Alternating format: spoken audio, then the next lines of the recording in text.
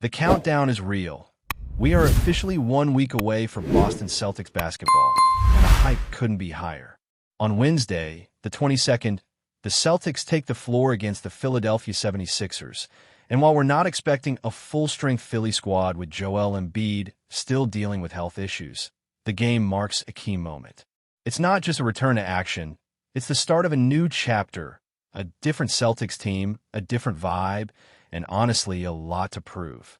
Now, things have been a bit quiet on the Celtics front today, which is kind of a shocker considering how much news we've been getting lately. But there's still plenty to get into, especially when it comes to a name that every Boston fan holds close to their heart, Al Horford. Yeah, we're going there. Big Al. And if you caught the piece that came out recently, the one where he really opened up, you probably felt that mix of nostalgia, pride, and maybe even a little heartbreak. Because make no mistake, this isn't just about Horford leaving again. It's about what that move means for him, for the Celtics, and for the era we're currently watching shift in real time. Horford didn't just pack up and walk. He talked, and he was honest. That's what hit the hardest. In an interview with The Athletic, he broke down how the offseason unfolded from his perspective, how things changed, how priorities shifted. He said, asterisk, once the offseason happened and it started to progress, it became clear to me the team had different priorities. Asterisk, that's a heavy quote, especially from a veteran like Al, who's always been the definition of professional. And when you zoom out and look at the moves Boston made, parting ways with Drew Holiday, Kristaps Porzingis, reshuffling the core, you realize exactly what he meant. It wasn't personal. It was business. But that doesn't mean it didn't hurt. Al admitted it was a tough call. He talked about praying with his wife, about making sure his family was on board. And look, that's real. That's the kind of decision that goes beyond basketball. But if you read between the lines, you can see what it really came down to. Horford's pushing 40. He's not signing up for a rebuild. He wants a win. He's got maybe 1 or 2 years left in the tank, and he wants those years to matter. And honestly, can you blame him? The guy gave everything to this team. Twice. He came back when he didn't have to.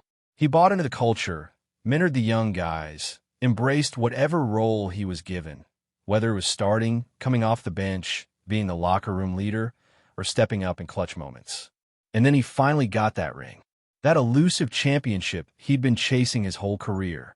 He earned it, not just with his performance, but with the way he carried himself. So now, after climbing the mountain, he looks around and sees the crew changing, guys leaving, familiar faces replaced with new ones. And he has to ask himself, do I want to be here for this next chapter? And it's not about quitting on the team. It's about recognizing that windows close, that phases shift. And if the Celtics aren't in win-now mode anymore, or at least not in the way he needs them to be, then yeah, maybe it's time. And here's the thing. I'll try to make it clear this wasn't all about money. But let's be real. If Boston had the cap space to keep everybody, if Porzingis stayed, if Drew stayed, if the medical stuff wasn't hanging over them like a storm cloud, maybe things would be different. Maybe he's still here. But the NBA is ruthless like that. Salaries crunch, contracts expire, health becomes a gamble, and suddenly the team you love looks a whole lot different than it did just 3 months ago. When Horford mentioned Jason Tatum's injury, it was another reminder that this team is in transition, not in collapse. Let's not get dramatic, but in evolution. The Celtics are still Tatum and Jaylen Brown's team. But the supporting cast? That's where the churn starts. It's like the Warriors a few years back or the Bulls in the 90s. Your core might remain the same, but the rest of the roster? That's fluid. It has to be. And AL's departure is just another step in that process.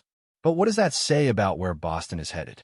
Well, it means Brad Stevens and the front office are making some tough calls.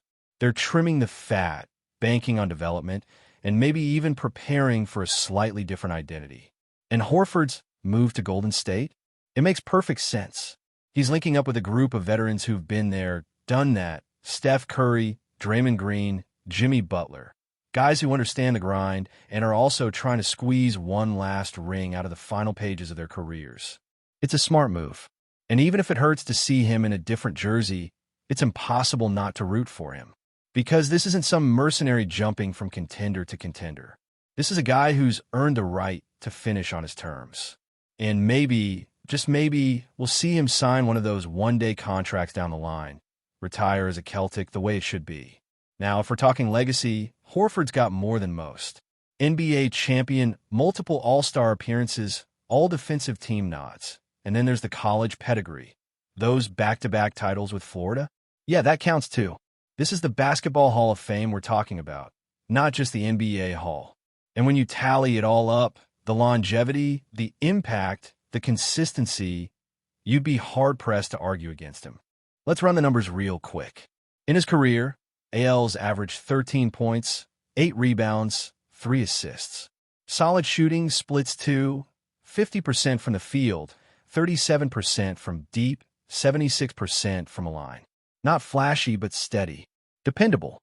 Exactly what every championship team needs. And when you consider he's been second in Rookie of the Year voting, made the All-NBA third team, and even cracked the top 10 in Defensive Player of the Year voting multiple times, the resume speaks for itself. So yeah, whether it's in a Warriors jersey or eventually hanging it up back in Boston, Al Horford's legacy is cemented. He's one of those guys who never chased the spotlight, but somehow always ended up in the biggest moments. And as Celtics fans, we got to watch him do it night in, night out. Now, as he steps into this next chapter, the focus shifts.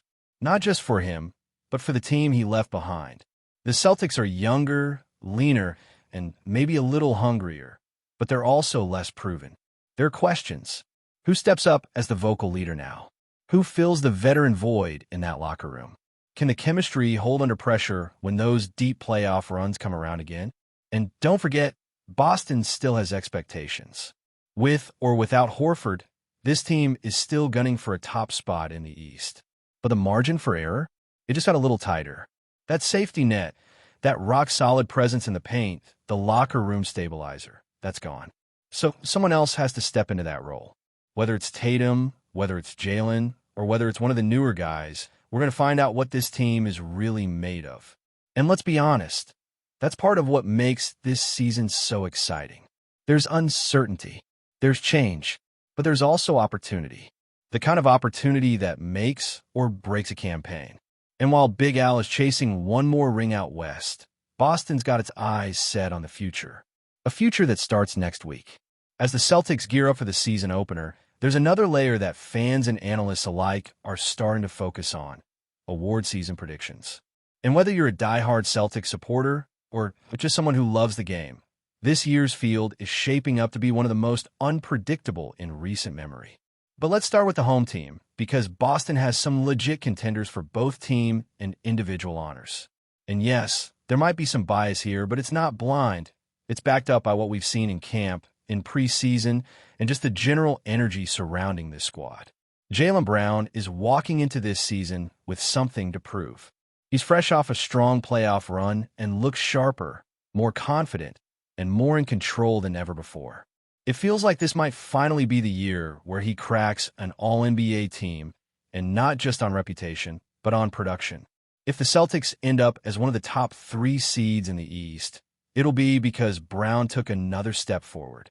And he knows it. You can see it in the way he's carrying himself. There's a quiet intensity, a focus that wasn't always there in years past. If Boston starts hot, and Brown is a key part of it, there's no reason he can't end up on the All-NBA second team when it's all said and done. And then there's Derek White, who might be one of the most underrated players in the entire league. Celtics fans already know how important he is, especially on the defensive end, but this season, there's real potential for him to get national recognition. He's already been creeping into first-team all-defense conversations, and with Marcus Smart gone, the spotlight on his defense is only going to get brighter. But it's not just the defense. The offense looks sharper, the decision-making more confident, and if the scoring numbers tick up even slightly, he could be in line for his first All-Star nod.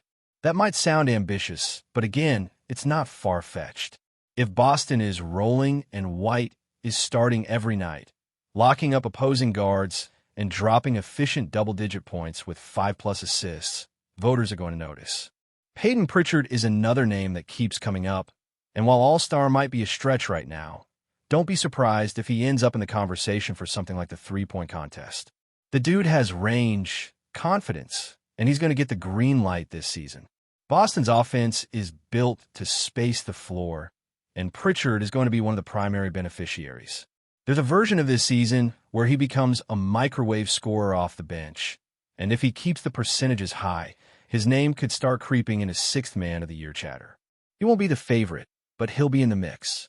Speaking of sixth man, that race could be wild this year. Anthony Simons, assuming he's coming off the bench, might be the guy to beat. He's got the skill set, the volume, and the opportunity. And if Pritchard ends up starting, that opens the door for Simons to lead the bench units and put up some absurd scoring numbers. But don't sleep on some of the dark horses either. Santi Aldama in Memphis could be that guy, especially with the Grizzlies dealing with frontcourt injuries. He's got a smooth offensive game and might end up being the first man off the bench on a playoff team. Same goes for Kel'el, we're in Miami. Not a household name yet, but the Heat always find ways to turn their depth into dangerous weapons, and we could end up averaging double digits quietly while holding down big minutes behind Bam. Let's pivot to the MVP race for a second, because while a Celtic probably isn't winning it, the picture at the top is getting interesting. Luka Doncic is the early pick for a lot of people, and for good reason. He's slimmed down, he's locked in, and the Mavericks are going to be a show from day one. If Dallas racks up wins early, and Luka's putting up his usual absurd stat lines, something like 30 points, 9 rebounds, and 10 assists, it's going to be hard to argue against him, especially as some of the other usual suspects like Giannis, Embiid, or Jokic don't hit the ground running. There's always the chance that someone like Shai Gilgeous-Alexander makes a leap too. He's already in the mix, but if Oklahoma City makes real noise in the West, he's a dark horse to keep an eye on. That said, Luka feels like the safest bet right now. He's going to have the narrative, the numbers, and likely the wins to back it all up. Now let's talk coaching. Joe Mazzulla might finally get the credit he deserves this year. People forget he was thrown into the fire last season under chaotic circumstances, and he still guided the Celtics to one of the best records in the league. This season, it's his show from the jump. He's got full control, he's grown more comfortable in the role, and the players clearly respect him. If Boston wins 45 to 50 games, especially after the roster shakeups, he's going to be in that Coach of the Year conversation. Of course, he'll have competition. David Adelman in Denver, for example, is another first-time full-season guy stepping into a big role, and Mitch Johnson in San Antonio might surprise people too if the Spurs overachieve with Wembanyama and a rejuvenated supporting cast. But before we continue, please remember to subscribe to the channel and give the video a like. Your support helps us keep bringing you the latest news about the Boston Celtics.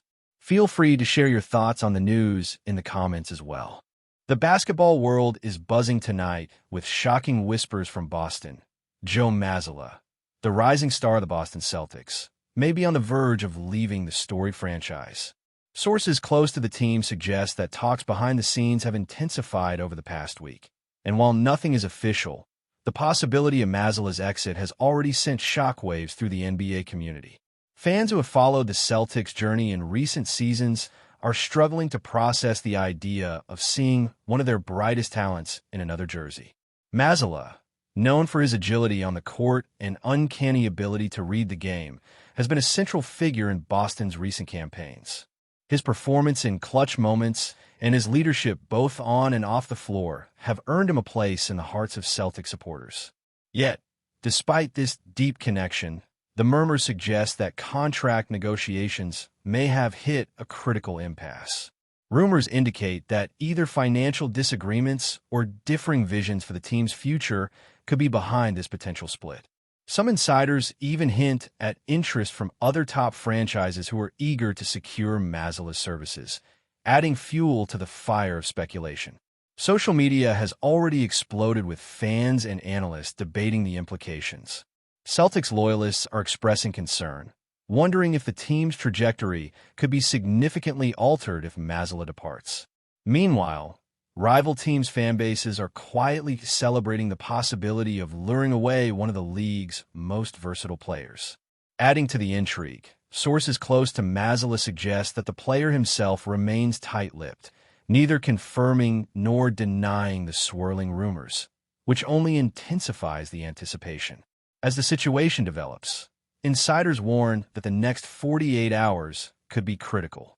While Boston's front office has not released an official statement, whispers of behind-the-scenes meetings, potential trades, and strategic shifts abound. The rumor mill is in full swing, painting a picture of a franchise at a crossroads and a star player whose next move could redefine the Celtics' future. For now, the basketball world waits with bated breath, eyes glued to any hint of confirmation. Will Joe Mazzulla stay loyal to Boston, or is a new chapter in his career about to unfold? The suspense is unbearable, and only time will tell if these whispers turn into reality. That's it for this update. If you enjoyed the video and want to keep receiving exclusive news about the Boston Celtics, please subscribe to our channel and give the video a like. We always appreciate your comments and opinions. See you in the next video.